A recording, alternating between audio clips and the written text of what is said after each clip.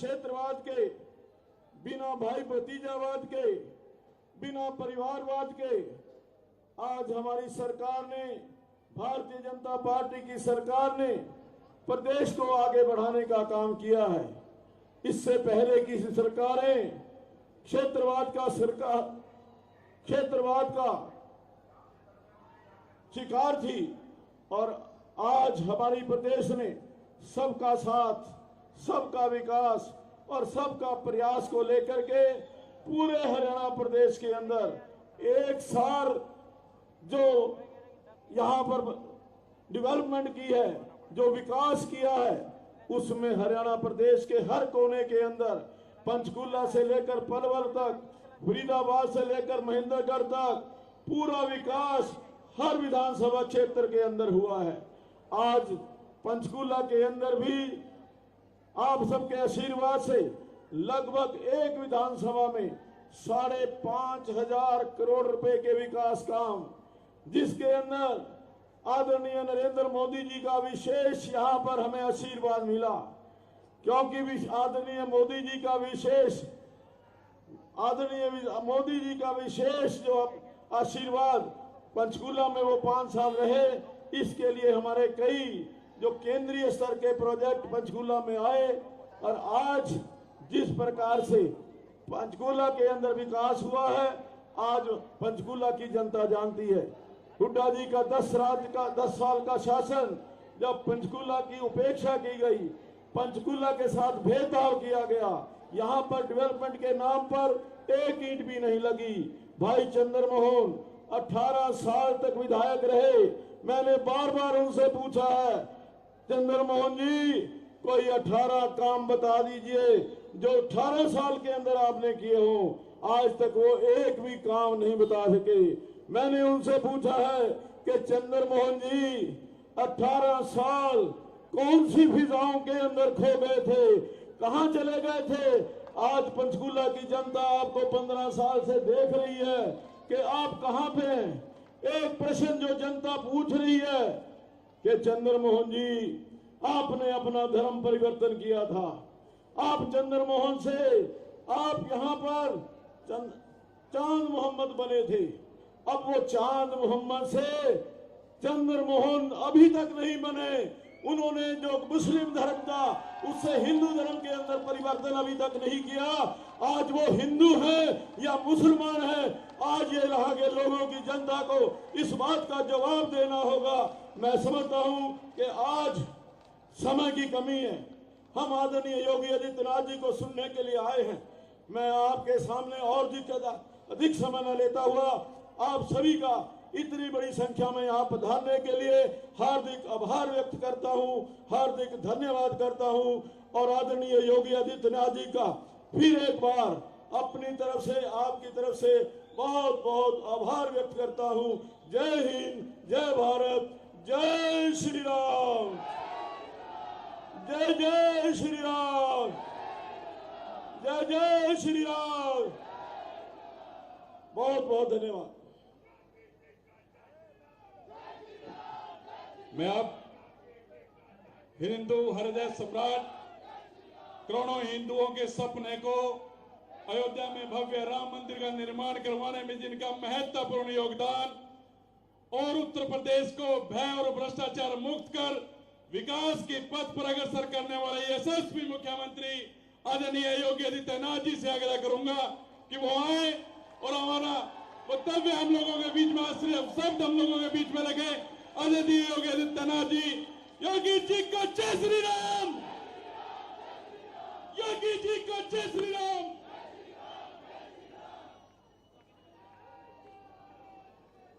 भारत माता की, भारत माता की, भारत माता की, मनसा देवी की, मनसा देवी की, मनसा देवी की कृपा भूमि पंचकुला के म्यारे प्यारे और न्यारे बहनों और भाइयों ने राम राम।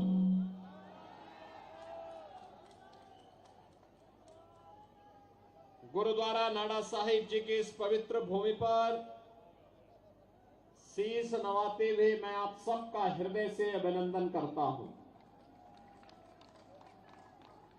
बहनों और भाइयों, जैसे जैसे चुनाव की तारीख नजदीक आती जा रही है, कांग्रेस के हौसले पस्त होते जा रहे हैं और अब उन्हें एहसास हो गया है कि हरियाणा में उनकी दाल नहीं गलने वाली है। यहां की माताओं बहनों ने एक नारा दिया है कि मेरा हरियाणा नॉन स्टॉप हरियाणा। हरियाणा का विकास ऐसे ही नॉन स्टॉप चलना चाहिए। तीसरी बार फिर से भारतीय जनता पार्टी को मौका मिले और यही आह्वान करने के लिए मैं आपके बीच आया हूं कि भरोसा दिल से भाजपा, भरोसा दिल से भाजपा। मंच पर उपस्थित हरियाणा विधानसभा के माननीय अध्यक्ष और आपके लोकप्रिय विधायक और वर्तमान में प्रत्याशी श्री ज्ञानचंद गुप्ता जी, कालका विधानसभा क्षेत्र से भारतीय जनता पार्टी की लोकप्रिय प्रत्याशी श्रीमती शक्ति रानी शर्मा जी, हिमाचल प्रदेश के हमारे पूर्व मुख्यमंत्री माननीय श्री जयराम ठाकुर जी, जिला अध्यक्ष भारतीय जनता पार्टी श्री दीपक शर्मा जी, प्रदेश उपाध्यक्ष श्री बंतो कटारिया जी, मेयर पंचकुला श्री कुलभूषण गोयल जी, प्रदेश अध्यक्ष युवा मोर्चा श्री योगेंद्र शर्मा जी, संयोजक पंचकुला विधानसभा श्री हरेंद्र मलिक जी और जिनकी आवाज ने पूरे देश और सनातन धर्मावलंबियों को अभिभूत किया, जो राम को लाए हैं, इस भजन को लोकप्रिय बना करके आम जन तक पहुंचाने वाले सुप्रसिद्ध भजन गायक श्री कन्हैया मित्तल जी, उत्तर प्रदेश सरकार के मंत्री श्री ब्रजेश सिंह जी, पंचकुला और कालका से जुड़े हुए मेरे सभी उपस्थित बहनों और भाइयों, हरियाणा विधानसभा चुनाव 5 अक्टूबर को होने जा रहा है। बहनों और भाइयों, शारदीय नवरात्रि 3 अक्टूबर से प्रारंभ हो रहा है। शारदीय नवरात्रि की तीसरी तिथि हरियाणा के भाग्य को बनाने वाली तिथि साबित होनी चाहिए। और याद रखना, जगत जननी मां भगवती लक्ष्मी वह कमल के फूल पर ही विराजमान होकर के सुख और समृद्धि की अपना अनुकंपा बरसाती है। और इसीलिए आपसे आह्वान करने के लिए मैं आया हूं। ये डबल इंजन सरकार का महत्व क्या होता है? अगर इसका महत्व देखना हो, 2 घटनाओं से आप आसानी से समझ सकते हैं। एक, अयोध्या धाम की धरती से मैं यहां पर आया हूं। अयोध्या का नाम लेते ही यहां पर सभी राम भक्तों के मुंह से जय श्री राम का नारा निकल पड़ा। बहनों और भाइयों, 5 सदी के बाद, 500 वर्षों के बाद अयोध्या में रामलला अपनी पावन जन्मभूमि पर फिर से विराजमान हो गए हैं। मैं केवल एक बात पूछना चाहता हूं, अगर उत्तर प्रदेश में भारतीय जनता पार्टी की डबल इंजन की सरकार नहीं होती तो क्या ये काम हो पाता? क्या ये कांग्रेस कर पाती? क्या कांग्रेस तो कहती राम हुए ही नहीं, ये तो राम पे विश्वास नहीं करते, ये कृष्ण पे विश्वास नहीं करते। इनको चाहिए, कहते हैं कि राम के लिए भूमि नहीं होनी चाहिए, कृष्ण के लिए भूमि नहीं होनी चाहिए, भूमि तो केवल वक्फ बोर्ड के लिए होनी चाहिए। और इसीलिए इन्होंने चांद मोहम्मद को टिकट बना करके पंचकुला को लूटने के लिए भेज दिया है। बहनों और भाइयों, ये बदनसीब है कांग्रेसी लोग जो अपनी विरासत को ही भूल गए हैं। राम को ही इन्होंने भुला दिया है, कृष्ण को भुला दिया है, तो भगवान राम ने भी और भगवान कृष्ण ने भी इनकी तरफ से मुंह फेर लिया है। कहो जाओ, अपनी दुर्गति को प्राप्त हो जाओ। और इसीलिए आज मैं आपसे कहने के लिए आया हूं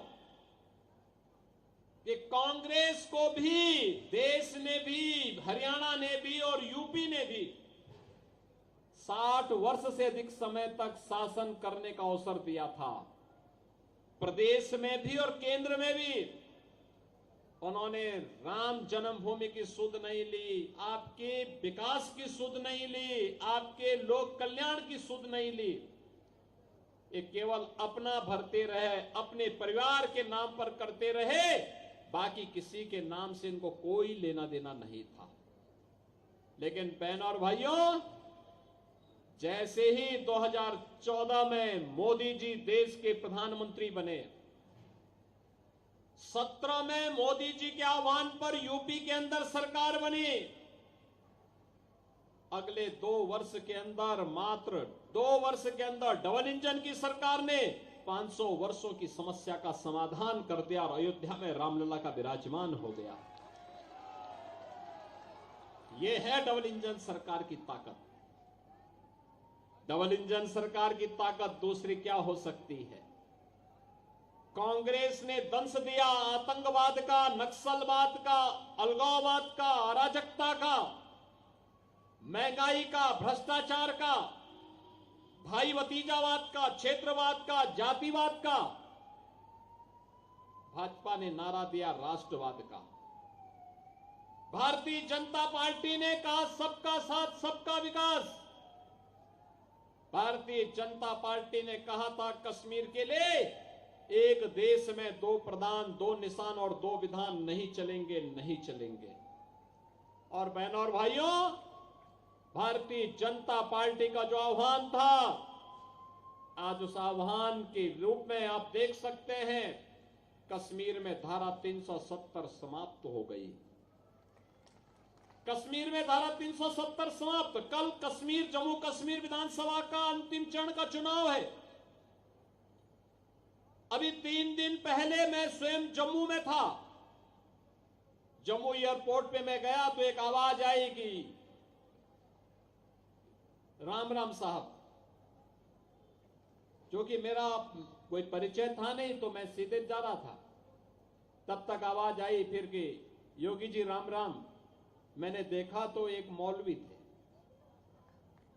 मैं भौचक रहा, तो मैंने पूछा, मैंने कहा भी क्या यहां पे सभी मौलवी राम राम का ही संबोधन करते हैं क्या? तो मुझे एयरपोर्ट के एक अधिकारी ने कहा, नरी साहब करते नहीं थे, अब करने लग गए हैं। मैंने कहा क्यों? कहा ये धारा 370 को हटाने का इंपैक्ट है, और इसीलिए मैं आपसे कहने के लिए आया हूं, भारतीय जनता पार्टी जितनी मजबूत होगी, भारत उतना मजबूत होगा। भारत जितना मजबूत होगा, आप उतने शक्तिशाली और सामर्थ्यवान बनेंगे, और आप जितने सामर्थ्यवान बनेंगे, उतना ही भारत के अंदर हरे रामा हरे कृष्णा की गूंज होती हुई दिखाई देगी, हर गली, हर मोहल्ले, हर गांव, हर शहर में। बहनों और भाइयों, यही कहने के लिए मैं आया हूं, डबल इंजन की सरकार गारंटी है विरासत के सम्मान का। डबल इंजन की सरकार गारंटी है विकास का। डबल इंजन की सरकार गारंटी है लोक कल्याण का।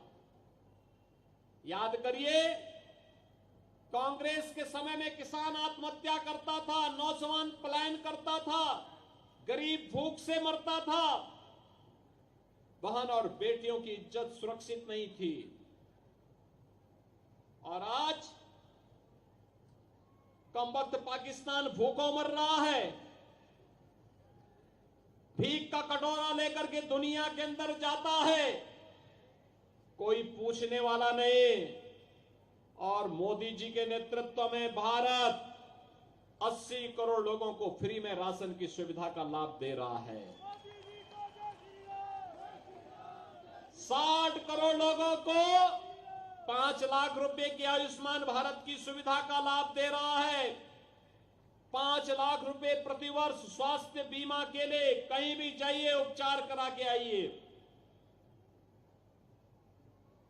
12 करोड़ किसानों को किसान सम्मान निधि का लाभ, करोड़ों स्ट्रीट वेंडर को प्रधानमंत्री स्वनिधि योजना का लाभ, 10 करोड़ गरीबों के घर में रसोई गैस का सिलेंडर, 12 करोड़ गरीबों के लिए शौचालय का निर्माण और 4 करोड़ गरीबों के लिए मकान बनाने का काम ये मोदी जी के नेतृत्व में भारतीय जनता पार्टी ने किया है। बहनों और भाइयों, हाईवे 4 लेन के, 6 लेन के, 8 लेन के, 12 लेन के, मेट्रो, रैपिड रेल, बेहतरीन air connectivity, IIT, IIM, AIIMS, ये अब नई पहचान बन रही है नए भारत की। 1 डिस्ट्रिक्ट 1 मेडिकल कॉलेज, हर घर नल की योजना, ये सभी तो किसी का चेहरा देख करके नहीं, सबका साथ और सबके विकास के भाव के साथ भारतीय जनता पार्टी ने किया। बहनों और भाइयों, यहां पे हमारे पूर्वांचल से बहुत सारे लोग होंगे, वे जानते होंगे पहले जब वे काम धंधा करने के लिए आते थे, उन्हें घर की चिंता होती थी। घर की चिंता इस बात को लेके होती थी कि पता नहीं कौन घर में कब्जा कर ले, कौन जमीन पे कब्जा कर ले। लेकिन पिछले 7.5 वर्ष के अंदर उत्तर प्रदेश के अंदर जिस भी माफिया ने कहीं पे कोई कब्जा किया है तो खाली हो चुका है, स्वयं खाली हो गया। इससे पहले कि वहां बुलडोजर चलता हो, स्वयं खाली होके भाग गए। अब वहां कब्जा नहीं होता है। 7.5 वर्ष में वहां कोई दंगाई नहीं हुआ। दंगाई या तो जेल में या जहन्नुम में। राम नाम सत्य है की यात्रा निकल गई। और बहनों और भाइयों, यही मैं कहने के लिए आया हूं, कार्य करने के लिए दम चाहिए और दमदार सरकार भी चाहिए। जब सरकार होगी दमदार तो कार्य होगा ईमानदारी के साथ। और वही दमदार सरकार, डबल इंजन की सरकार भारतीय जनता पार्टी केवल दे सकती है। जो लोग राम को कोसते होंगे, जो एक्सीडेंटल हिंदू हैं, वे आपके प्रति भी और देश के प्रति भी ईमानदार नहीं हो सकते, कभी नहीं हो सकते। और यही कहने के लिए मैं आया हूं, ये पंचकुला एक नई पहचान हरियाणा की है। पंचकुला विकास की धुरी बन रही है। विधानसभा अध्यक्ष के रूप में, यहां के विधायक के रूप में श्री ज्ञानचंद गुप्ता जी के नेतृत्व में विकास की धारा यहां पर बही है, मजबूती के साथ आगे बढ़ी है। बहनों और भाइयों,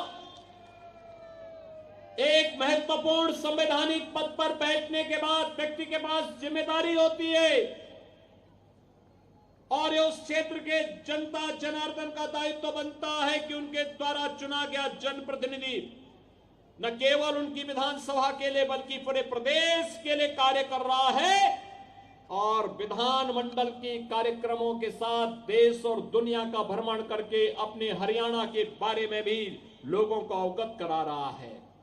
और ज्ञानचंद गुप्ता जी ने यही यहां के लिए किया है, एक पहचान दी पंचकुला को। एक अभियान के साथ आगे बढ़े हैं। और इसीलिए आपका आह्वान करने के लिए मैं आया हूं, आपसे कहने के लिए कि भारतीय जनता पार्टी ने से ज्ञानचंद गुप्ता जी को फिर से अपना प्रत्याशी बनाकर के पंचकुला में उतारा है। और साथ साथ कालका विधानसभा क्षेत्र से श्रीमती शक्ति रानी शर्मा जी को भी भारतीय जनता पार्टी ने प्रत्याशी बनाकर के उतारा है। बहनों और भाइयों, अब तो नवरात्रि का तिथि भी प्रारंभ हो चुकी है। कालका जी और साथ साथ मनसा देवी, हिमाचल की सीमा ही वहां से प्रारंभ हो जाती है। इसके बाद हिमाचल तो पर्वतराज हिमाचल की पुत्री मां पार्वती सती, वहीं से भगवान शिव के साथ उनका स्वयंवर होता है। तो शक्ति की अधिष्ठात्री देवी भूमि है, तो इसलिए हमें देवी का संरक्षण और देवी का आशीर्वाद वहीं प्राप्त होना चाहिए जहां उनके भक्त हों, और भक्तों को भी इस बात को एहसास होना चाहिए विरासत और विकास की राजनीति करने वालों के साथ ही हमें खड़ा होना है। आप सहमत हैं? कमल खिलेगा, नवरात्रि में कमल खिलाने का काम करेंगे, मां लक्ष्मी का आशीर्वाद प्राप्त करने का काम करेंगे। सभी लोग सहमत हैं? मैं सबसे पहले तो आपका अभिनंदन करता हूं कि इतनी भीषण गर्मी में भी आप लोग खुले आसमान के नीचे उपस्थित होकर के, और पंचकुला की सभा तो सायंकाल 7 बजे के बाद होती थी, लेकिन शाम को 4 बजे इतनी भारी संख्या में एकत्र होकर के ज्ञानचंद गुप्ता जी के साथ अपना समर्थन देने के लिए और शक्ति रानी शर्मा जी के साथ अपना समर्थन देने के लिए एकत्र हुए हैं। तो सभी लोगों का आशीर्वाद कमल के फूल पर प्राप्त होगा। सभी लोग सहमत हैं? सभी लोग सहमत हैं? दोनों हाथ ला करके मेरे साथ बोलेंगे। फिर जहां तक मेरी आवाज जा रही है दोनों हाथ लाइए, मुट्ठी बंद करके बोलेंगे मेरे साथ, भारत माता की, भारत माता की, भारत माता की जय श्री राम, जय जय श्री राम। बहुत बहुत धन्यवाद, आभार।